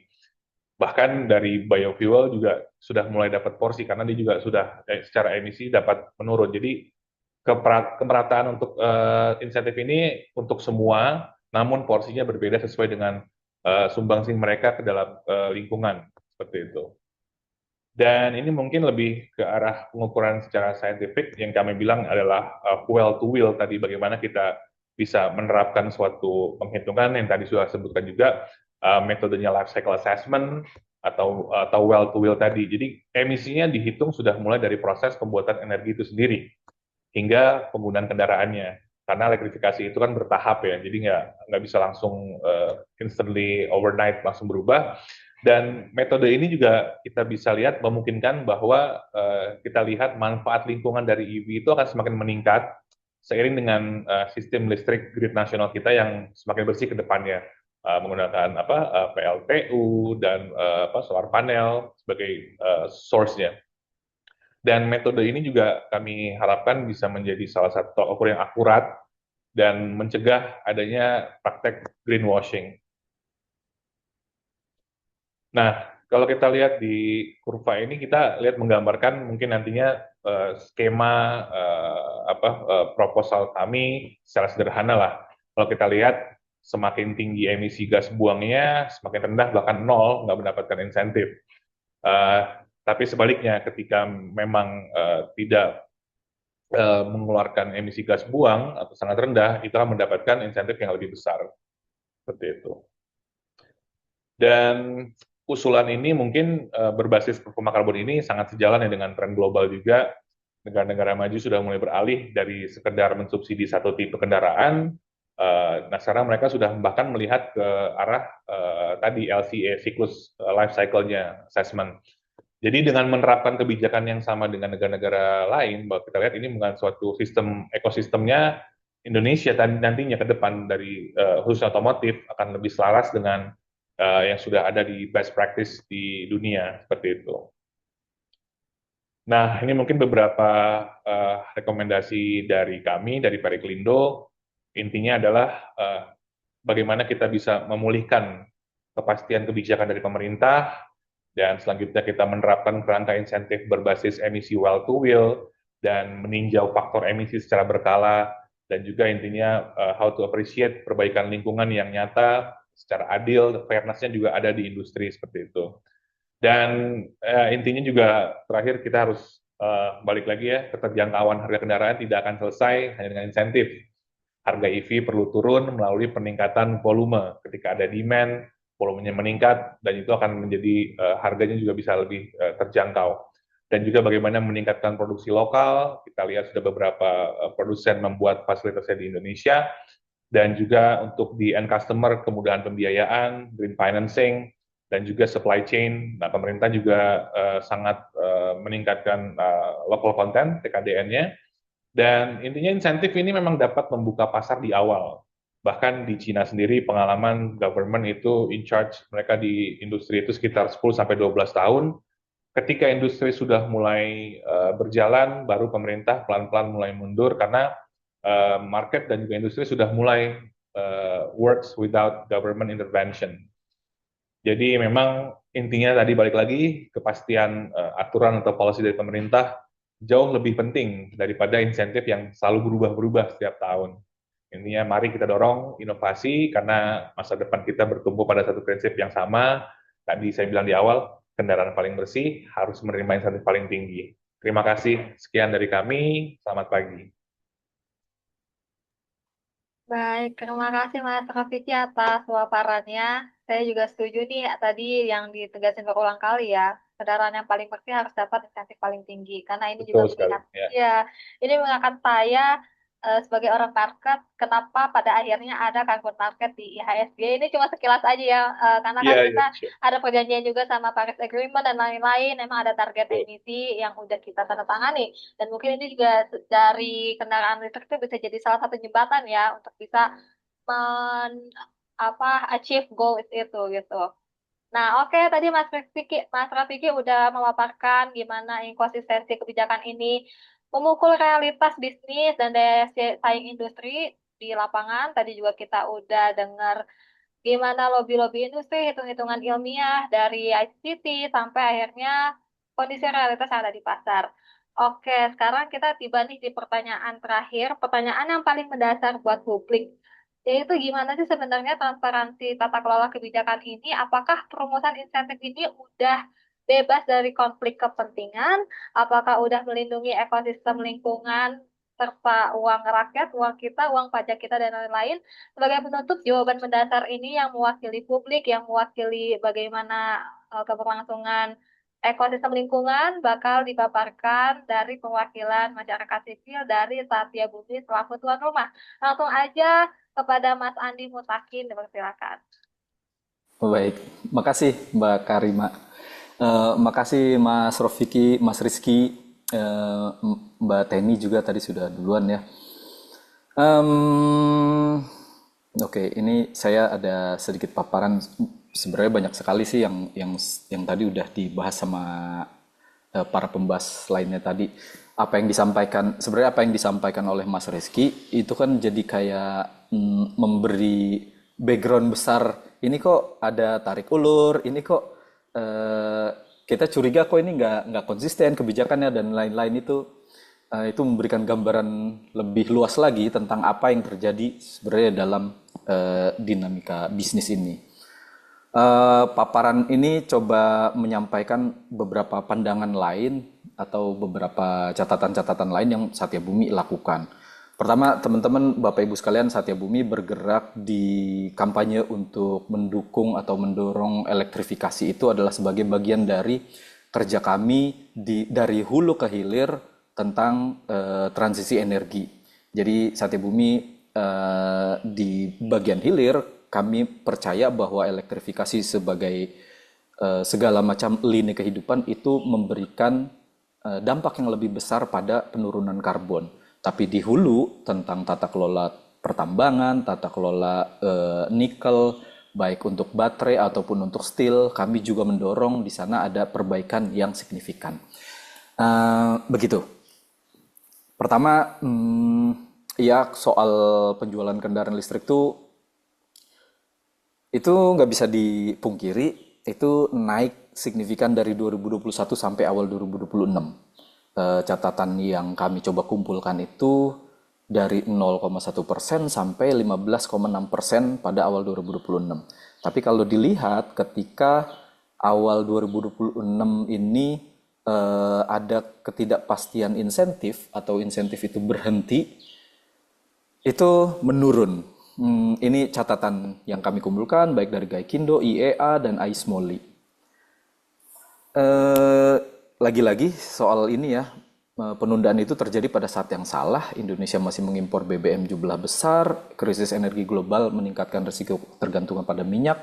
Insentif EV ini seharusnya untuk mengurangi konsumsi BBM, tapi itu tidak terjadi. Dan keempat, penundaan berulang itu justru ciptakan ketidakpastian bagi industri dan juga konsumen. Berapa sih perhitungan soal impor minyaknya Indonesia? Produksi kita tuh 580 sampai 600 ribu barel per hari, sementara kebutuhannya itu 1,5 sampai 1,6 juta barel per hari. Jadi ada gap sekitar 1,1 juta barel per hari yang harus dipenuhi dengan cara impor. Jadi krisis energi ini justru memperbesar resiko ketergantungan minyak kita. Jadi karena lebih dari 90% konsumsi energi transportasi itu berasal dari BBM, sementara produksi kita jauh di bawahnya. Dan pada 2022 misalnya pemerintah mengalokasikan sekitar 551 triliun subsidi dan juga kompensasi energi karena lonjakan harga minyak dan energi global. Jadi bicara tentang insentif kendaraan listrik itu sebenarnya bukan semata kebijakan industri, tapi dia bagian dari strategi nasional. Kalau tadi beberapa sudah banyak sekali disampaikan Mas Rofiki dan juga Mas Rizky serta Mbak Teni, yang ingin kami highlight di sini tuh selain bahwa dia adalah upaya dari pencapaian ambisi climate, Indonesia tuh sudah setuju dengan berbagai macam upaya elektrifikasi itu yang dicantumkan baik dalam NDC awal dan juga second NDC yang baru disampaikan akhir tahun lalu. Jadi regulasi-regulasi tentang insentif, regulasi-regulasi tentang akselerasi mobil listrik itu dicantumkan sebagai langkah-langkah Indonesia pada saat ingin mencapai ambisi climate. Masalahnya itu sampai sekarang tidak memiliki hal yang konsisten dan bahkan di 2026 ini sedikit berhenti. Jadi apa sih juga yang harusnya menjadi dasar pembeda? Saya ingin menambahkan mungkin mengulas lagi apa yang disampaikan Pak Rofiki tadi. Jadi yang harus digunakan itu memang besarnya pengurangan emisi CO2, besarnya pengurangan konsumsi bensin atau solar, efisiensi energi, dan kontribusi terhadap target dekarbonisasi sektor transportasi. Jadi kalau dia tidak signifikan dalam pengurangan emisi, jadi itu nggak boleh ada insentif, bahkan gradasi atau tahapan-tahapan atau pembeda itu tadi yang dijelaskan oleh Mas Rofiki. Nah ini saya ambil justru dari risetnya ICCT tahun 2025, perbedaan EV, baterai, hybrid, dan juga plug-in hybrid, serta fuel cell electric vehicle. Paling kecil itu sudah pasti dari yang baterai. Maka dengan asumsi demikian, dengan perhitungan demikian, maka insentifnya harus signifikan antara baterai dan juga hybrid dan mesin-mesin lain. Karena perbedaannya pun signifikan. Dari yang baterai itu kan 63 gram CO2 per kilometer, sementara hybrid itu 188. Plug-in itu 163 gram CO2 per kilometer. Jadi angkanya signifikan, maka kalau kita bicara tentang diskusi tentang insentif, dia pun harus bedanya signifikan. Multi pathway strategi yang tadi diulas oleh Mas Rizky di awal itu, kayaknya ini menurut kami ngelihat ini justru adalah kampanye yang memang digaungkan oleh industri-industri otomotif yang sudah bergerak di ICE sejak lama.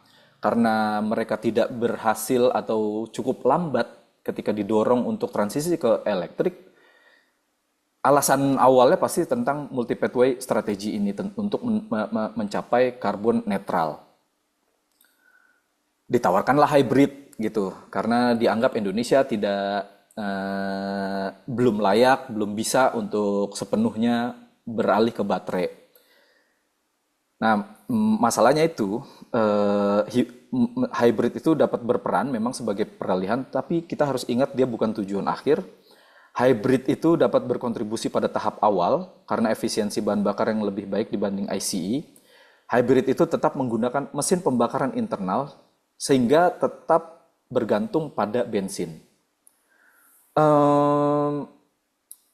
Ini mengasumsikan ketika kita mau beralih secara bertahap ke electric vehicle, kalau pakai multi pathway, jadi jalur teknologi itu perlu memiliki parameter yang jelas.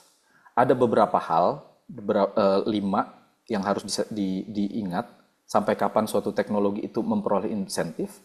Kemudian kedua itu adalah target pengurangan konsumsi BBM yang harus dicapai, batas kendaraan dengan teknologi tertentu itu beredar, target penurunan emisi, dan terakhir itu indikator keberhasilan yang menjadi dasar evaluasi. Jadi kalau misalnya tahun 2026 sampai tahun 2023, kita kan bisa lihat nih, apabila sekarang itu 10% mobil listriknya, electric vehicle-nya, maka di 2030 itu harus ada target ya 90%. Dan segala macamnya. Sepertinya ini yang belum kita miliki dengan baik, atau juga kebijakan yang tidak pernah konsisten tentang mendorong atau mengakselerasi mobil electric vehicle ini. Insentif di beberapa negara yang bisa dilihat ya, saya mungkin mulai dari China dulu. Tadi beberapa kali disebut baik oleh Mbak Teni dan juga Mas Rofiki. Jadi China tuh memang potongan pajak pembelian itu sejak awal 50%. Meskipun sebelumnya itu memang sudah bebas penuh ya soal pajak ini. Insentif tukar tambah, bantuan hingga 20.000 yuan, sistem kuota ganda, mengatur produsen otomotif untuk memproduksi EV.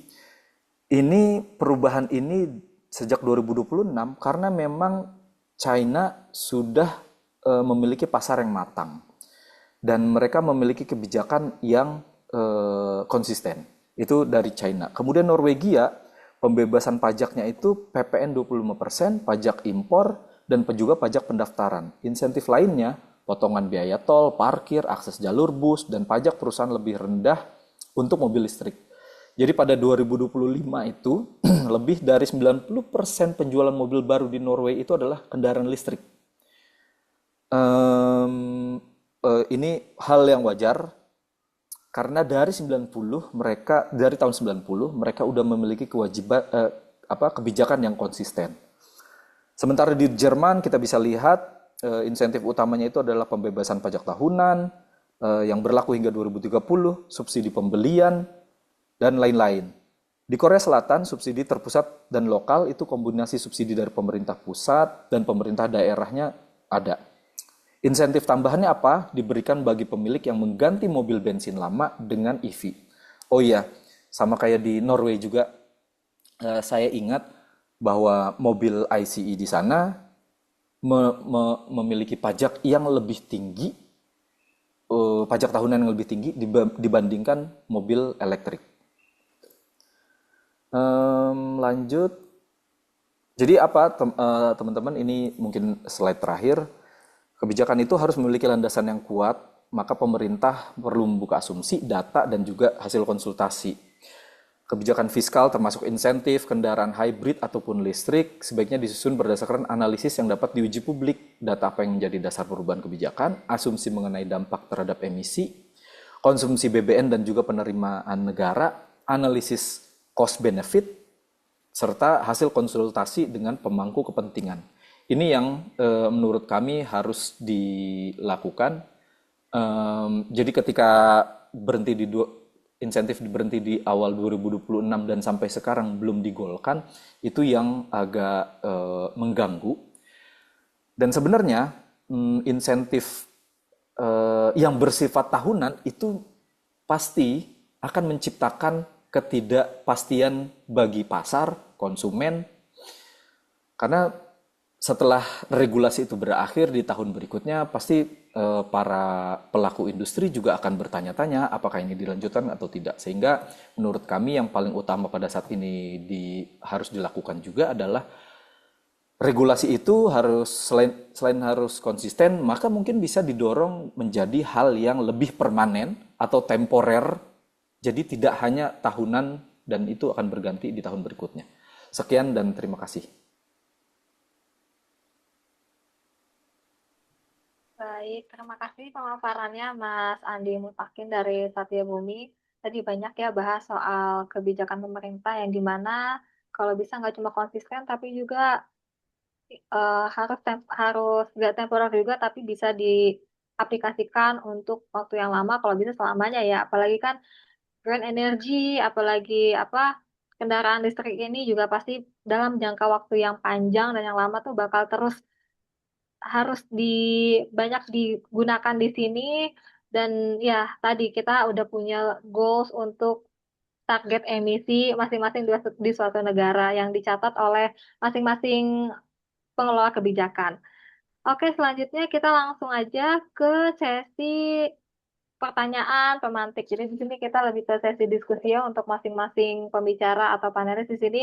Dimulai dari pembicara pertama dulu nih, Mas Fahrul Rizky dari Influence Map. Halo Mas Fahrul, Mas Rizky. Ya, Mbak, halo. Halo Mas Rizky, ini aku ada eh, satu pertanyaan dulu aja ya. Em, Tadi kan udah dipaparkan beberapa riset dari Influence Map nih. Untuk pertanyaan selanjutnya yang mau ditanya di sini itu apa sih yang patut dilihat lebih jelas terkait keterikatan industri dengan kebijakan transisi kendaraan listrik di Indonesia? Silakan Mas Rifki. Baik, terima kasih Mbak. Jadi terkait dengan kebijakan khususnya di transportasi, sesuai dengan penelitian kami, kami melihat bahwa advokasi menjadi salah satu hal yang penting untuk diperhatikan bagi publik maupun siapapun, karena ini bisa menjadi salah satu faktor yang dapat mempengaruhi kebijakan tersebut. Kita sudah melihat beberapa contohnya di beberapa region lain. Di Indonesia kita tidak tahu apakah advokasi tersebut menjadi primary factor atau bukan. Namun bisa kita contohkan misalnya di US tadi Mbak Penny udah nyebut ya kebijakan Advanced Clean Truck begitu. Nah, di sana spesifik di US kebijakan ini juga mengalami perlawanan begitu ya dari automaker yang kita analisa, salah satunya juga Toyota, di mana again advokasi terkait multi pathway juga digaungkan. Di kebijakan ini khususnya mereka mengimplementasikan EV sales mandate. Nah, untuk konteks Indonesia ini menjadi sangat penting karena kalau kita lihat lagi ke timeline yang tadi saya presentasikan, ada beberapa perubahan dari policy yang awalnya ambisinya hanya untuk BEV, namun terjadi semacam fleksibilitas, misalnya di tahun 2025 yang awalnya BEV, di skema insentifnya dimasukkan ke ICE powered hybrid. Namun sekali lagi kita nggak tahu apakah itu karena purely dari advokasi dari automaker yang saya sebutkan tadi. Dan yang terbaru ini kan akan keluar di bulan Agustus. Kami melihat pattern di tahun 2026 awal adanya advokasi di bahwa skema insentif ini harus di-stretch tidak hanya untuk ICE power hybrid dan BEV, tapi juga untuk LCGC dan ICE, di mana kami rasa ini tidak sesuai dengan apa yang direkomendasikan oleh IPCC, karena untuk dari IPCC sendiri menyatakan bahwa ICE itu sudah tidak relevan pasti untuk dekarbonisasi, namun untuk ICE powered hybrid masih relevan bagi negara-negara berkembang seperti Indonesia. Namun ada catatan di bawahnya bahwa ICE powered hybrid memang hanya untuk near term solution, artinya solusi sementara. Seperti itu Mbak Karima. Oke, baik. Terima kasih Mas Rifki atas jawabannya. Tadi lebih ditekankan soal advokasi dan sebagainya ya. Langsung aja di sini karena udah menuju jam 11, jadi untuk pertanyaan pemantik dicukupkan apa itu dulu, soalnya udah mulai ada beberapa pertanyaan nih yang masuk dari rekan media atau peserta yang ikut Zoom pada pagi ini. Ini ada dari Pramesti Regita Cindy dari Bloomberg Technos. Selamat pagi Pak Rofiki. Nah ini untuk Pak Rofiki nih. Halo, selamat pagi Pak Rofiki. Selamat pagi juga untuk Mbak Regita. Saya Pramesti Regita dari Bloomberg Technos. Izin bertanya, pemerintah melalui Kemenq menyatakan bahwa ada perubahan skema insentif kesadaran listrik yang dialihkan ke beberapa perusahaan aja. Di mana Bapak melihat efektivitas kebijakan ini ke segala aspek, mulai dari industri hingga ke daya beli masyarakat nantinya. Silakan Pak Oke, baik. Rofiki. Ya, terima kasih atas pertanyaannya dari Bloomberg ya. Jadi kalau kita lihat memang kalau dari Pereklindo kami melihat ini apa ya, suatu hal yang sifatnya masih belum definitif dari pemerintah sendiri, tapi pada prinsipnya kita menghormati kebijakan pemerintah termasuk evaluasi terhadap insentif kendaraan listrik. Yang paling penting bagi kita adalah kebijakan itu memiliki arah yang jelas, transparan, dan juga mampu memberikan kepastian bagi seluruh pelaku industri. Tapi kalau memang insentifnya hanya difokuskan ke beberapa perusahaan, saya rasa harus ada tolak ukur yang jelas ya. Apakah itu dari sisi kandungan lokal, TKDN, ataukah dari sisi investasi, apakah jumlahnya sekian harus mendapatkan subsidi dari pemerintah. Jadi kalau saya lihat memang hal ini kalau memang dibatasi akan menjadi suatu kemunduran ya. Karena yang tadi materi paparan saya pun kita memikirkan bagaimana fairness tadi tidak hanya bagi sisi BEV maupun bisa diberikan insentif kepada model-model lainnya. Jadi memang yang kita dorong di sini adalah kompetisi secara teknologi bagaimana memberikan solusi transportasi kendaraan yang mampu memberikan emisi gas buang yang rendah. Itu yang dari kami tanggapan Periklindo. Kalau ini kan memang sifatnya masih apa ya, masih belum konkret. 4 perusahaan, tolak ukurnya apa masih belum clear dari pemerintah sendiri. Namun dari sisi industri, saya rasa ya mungkin memang karena insentif ini kan menjadi trigger tadi. Kalau memang dibatasi ke dalam beberapa perusahaan, yang pertama dari sisi fairness nggak baik untuk secara industri keadilan industri ya.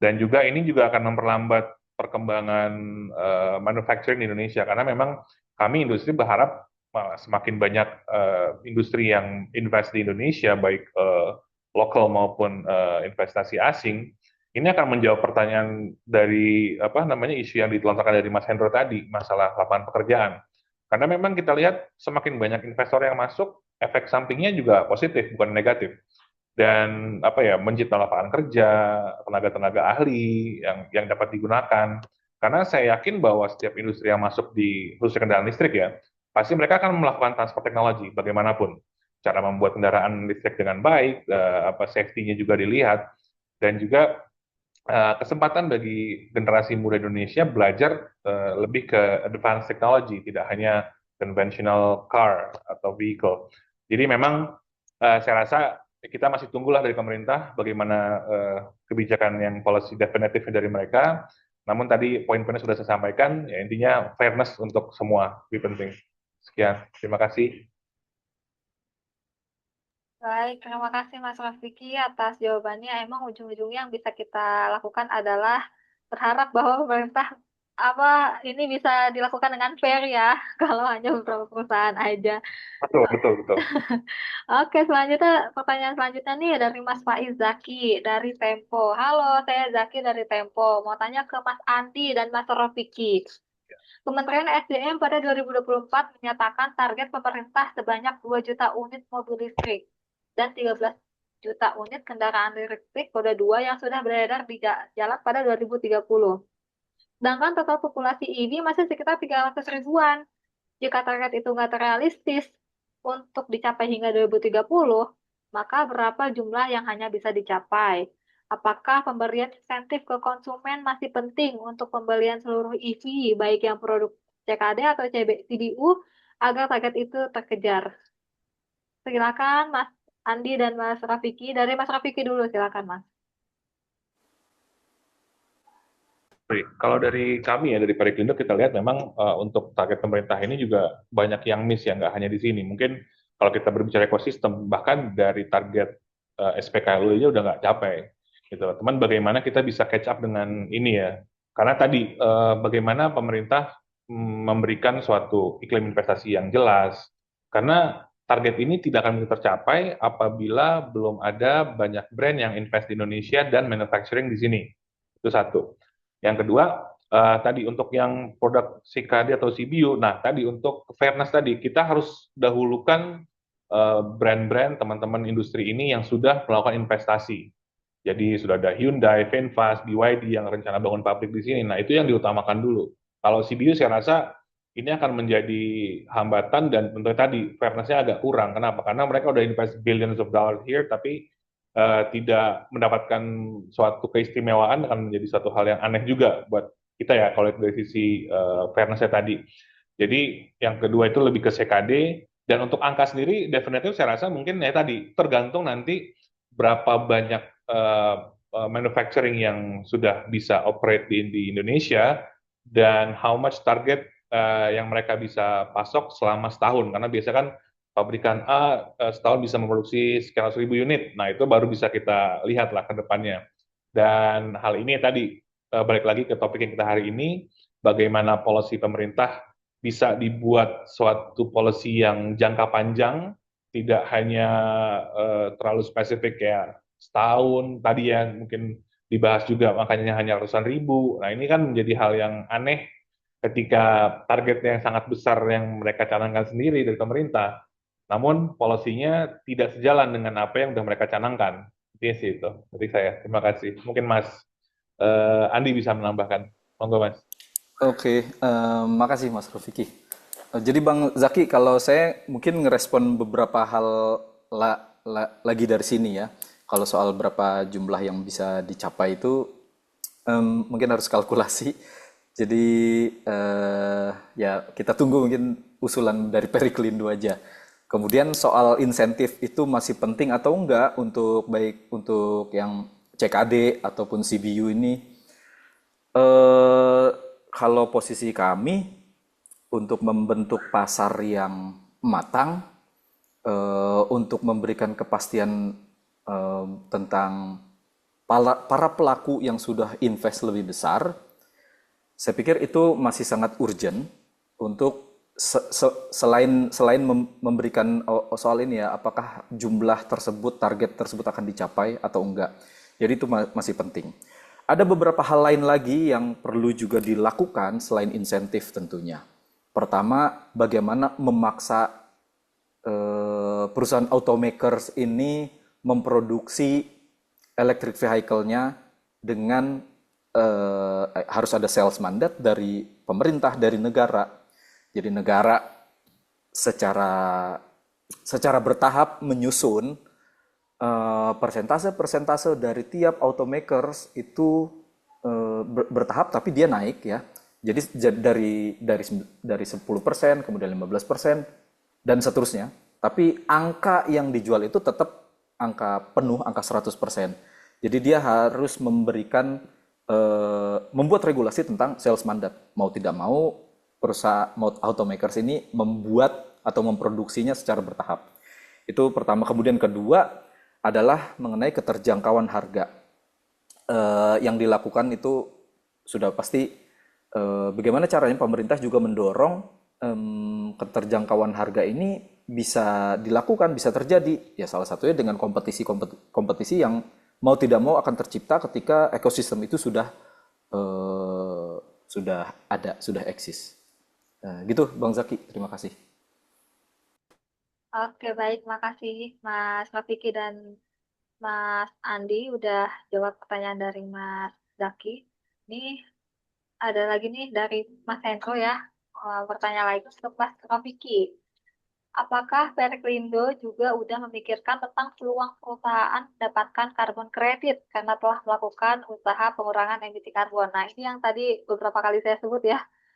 Karbon kredit, market karbon, silakan Mas Rafiki. Oke, baik. Terima kasih Mas Hendro atas pertanyaannya. Nah, ini mungkin apa ya? Kita sedang saya spill sedikit. Jadi memang ada salah satu organisasi yang mau join ke Periklindo yang memang membahas khusus untuk karbon kredit. Bahkan mereka sudah menyiapkan backup financial dari Jepang yang sudah ready untuk membeli karbon kreditnya tadi. Jadi memang kita Periklindo ini melihat ini suatu hal yang mungkin tidak banyak orang lihat ya, karbon kredit mungkin nggak banyak orang tahu. Padahal sedangkan banyak sekali perusahaan-perusahaan dari mining, like every sector, mereka punya ESG program. Ya, bagaimana mereka mulai memberikan teknologi ramah lingkungan, menggunakan solar panel. Dan ini kan menjadi satu peluang bagaimana mereka bisa mendapatkan something dari kegiatan-kegiatan mereka yang ramah lingkungan tadi. Nah, itu masih banyak belum orang tahu. Nah, makanya Periklindo, kita mulai mengarah ke sana, dan mungkin nanti mereka bisa secepatnya bergabung dengan kami sehingga bisa membuat suatu program yang jelas dan juga mungkin nanti how to make a standard di Indonesia, mungkin bagaimana cara penghitungan karbonnya. Itu kan menjadi satu hal yang menarik juga seiring perjalanan industri otomotif dan juga industri-industri lainnya. Jadi ini juga yang kami harapkan dengan makin aware masyarakat kita tentang carbon credit ini akan menjadi trigger juga bagaimana perusahaan-perusahaan lain saling berlomba juga untuk memberikan suatu tambahan baik ESG maupun teknologi-teknologi yang green yang digunakan dalam operasional mereka daily. Mungkin seperti itu. Terima kasih. Baik, terima kasih banyak Pak Rafiki. Ngomong-ngomong soal carbon credit, market carbon itu saya menarik banget karena kemarin saya baru kerja sama juga sama Carbon Ethic. Nanti setelah ini kita bisa lah Ya, diskusi sure. banyak ya Mas ya. Ya, Atau teman-teman ya. yang lain boleh lah kalau mau nanya-nanya soal market carbon. Nah, selanjutnya apakah di sini ada yang mau bertanya lagi teman-teman media, teman-teman Bapak Ibu semua yang hadir di Zoom pagi ini? Boleh satu pertanyaan lagi?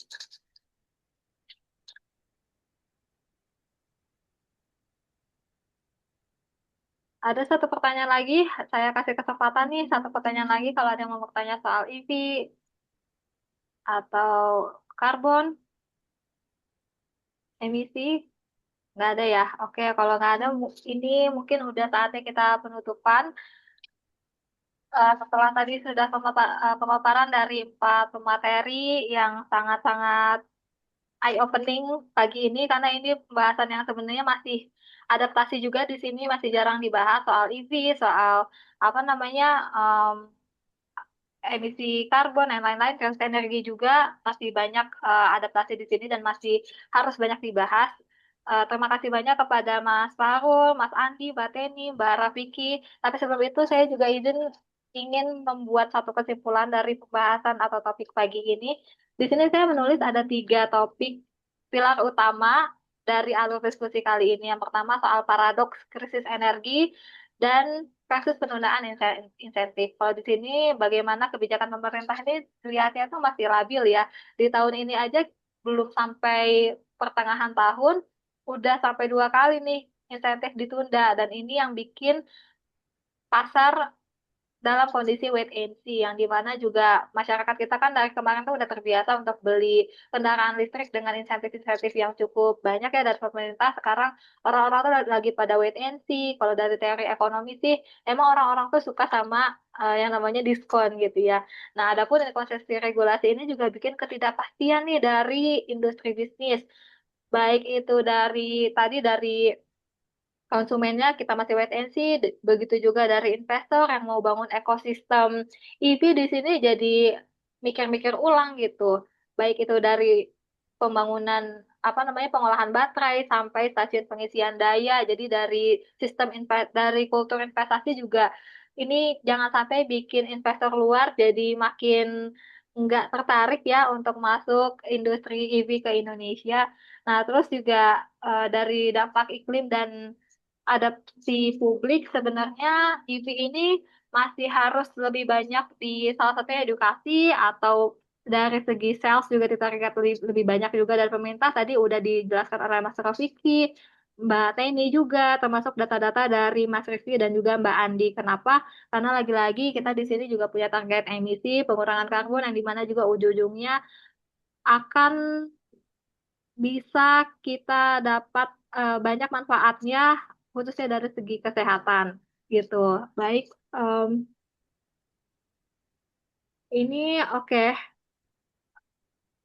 Nah, terus juga ini ada tambahan nih menjelang GIAS 2026, Indonesia juga harus mengakhiri ketergantungan pada insentif tahunan dan menetapkan aturan kendaraan rendah emisi, termasuk standar konsumsi BBM dan target penjualan kendaraan listrik yang bertahap. Tadi ya udah dibilang ya gimana kalau kita mungkin kalau nggak bisa sepenuhnya bergantung sama insentif pemerintah, bisa dilakukan secara bertahap nih, apa aja yang dikurangi atau apa aja yang insentifnya jadi lebih dinaikkan sesuai dengan kondisi market, sesuai dengan kondisi mungkin geopolitik dan lain-lainnya. Jangan sampai pameran otomotif terbesar di tanah air beresiko memperpanjang ketergantungan pada konsumsi BBM.